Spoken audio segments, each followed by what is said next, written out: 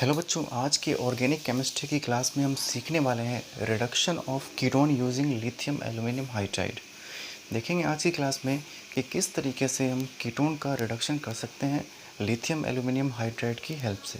ठीक है, तो क्या क्या हम टॉपिक कवर करने वाले हैं। रिप्रेजेंटेशन ऑफ रिएक्शन, इसकी रिएक्शन को किस तरीके से रिप्रेजेंट करते हैं। मैकेनिज्म ऑफ रिएक्शन, रिएक्शन की मैकेनिज्म क्या होगी इसके ऊपर बात करेंगे, जो कि काफ़ी इंपॉर्टेंट है, मैंने इंपॉर्टेंट लिख भी दिया है। प्रोडक्ट ऑफ रिएक्शन, इस रिएक्शन इसकी जब रिएक्शन होगी तो प्रोडक्ट क्या बनेगा। और साथ ही हम लोग ये भी देखेंगे कि अगर हम अलग अलग टाइप के कीटोन्स ले लें तो क्या अलग अलग प्रोडक्ट्स बनेंगे। फिर देखेंगे लास्ट में रेट ऑफ रिएक्शन, जो कि काफ़ी इंपॉर्टेंट है, इससे क्वेश्चंस भी आते हैं जेई में, नीट में, रेट ऑफ रिएक्शन। तो चलिए आज का लेक्चर शुरू करते हैं। Reduction of ketone using lithium aluminium hydride. सबसे पहले हम लोग तो ये बात कर लें कि लिथियम एल्यूमिनियम हाइड्राइड जो है ये कीटोन का रिडक्शन कर भी सकता है या नहीं।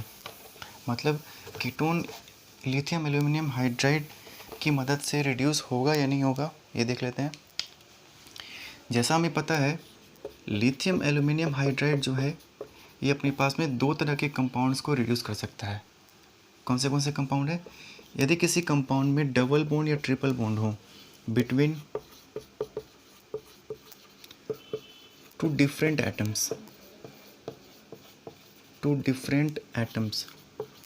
डिफरेंट एटम्स के बीच अगर डबल बॉन्ड ट्रिपल बॉन्ड है तो वैसे कंपाउंड्स को रिड्यूस कर सकता है, जैसे एल्डिहाइड, कीटोन, साइनाइड, अमाइड। देखो इनमें क्या है, दो डिफरेंट एटम्स के बीच डबल बॉन्ड है ना। यहाँ दो डिफरेंट एटम्स के बीच ट्रिपल बॉन्ड है, दो डिफरेंट एटम्स के बीच डबल बॉन्ड है, तो ऐसे कंपाउंड्स को रिड्यूस कर सकता है।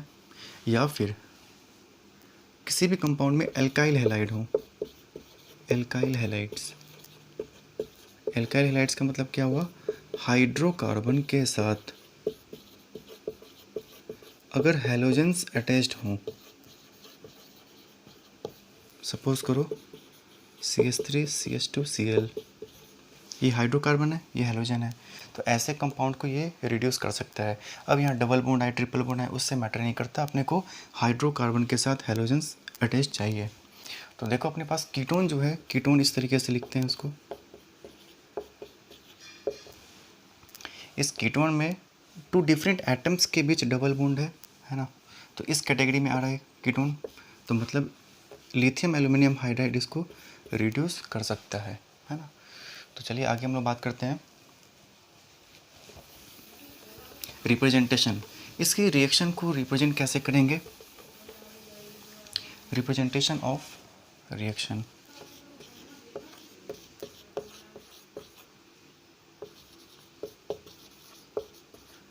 Representation of reaction.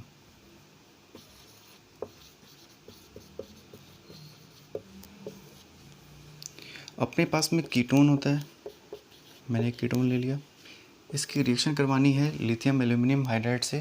देखो ये रिएक्शन 2 स्टेप में होती है। सबसे पहला स्टेप में क्या होगा, डायरेक्ट LiLH4 से रिएक्शन होगा, और सेकेंड स्टेप में इसका प्रोटोनेशन होगा। ये एसिडिक मीडियम में रिएक्शन करवाते हैं तो अपना ये प्रोडक्ट बनेगा। अब प्रोडक्ट क्या बनेगा वो तो हम रिएक्शन जब लिखेंगे तो ही समझ आएगा अपने को। अभी मैं प्रोडक्ट लिख दूंगा तो आप रट लोगे, रटने का कोई मतलब नहीं है ना। सीखना है, रटना नहीं है, सीखना है। ठीक है, तो कीटोन को जब हम रिड्यूस करते हैं लिथियम एल्यूमिनियम हाइड्राइड से तो ये 2 स्टेप रिएक्शन है। पहले स्टेप में क्या होगा, लिथियम एल्यूमिनियम हाइड्राइड से रिएक्शन होगी, और सेकेंड स्टेप में जो भी इंटरमीडिएट बनेगा उसका प्रोटोनेशन होगा। ठीक है, देखो अब क्या होता है, जब भी आप लिथियम एल्यूमिनियम हाइड्राइड को देखोगे तो आपके दिमाग में तुरंत ये क्लिक करना चाहिए,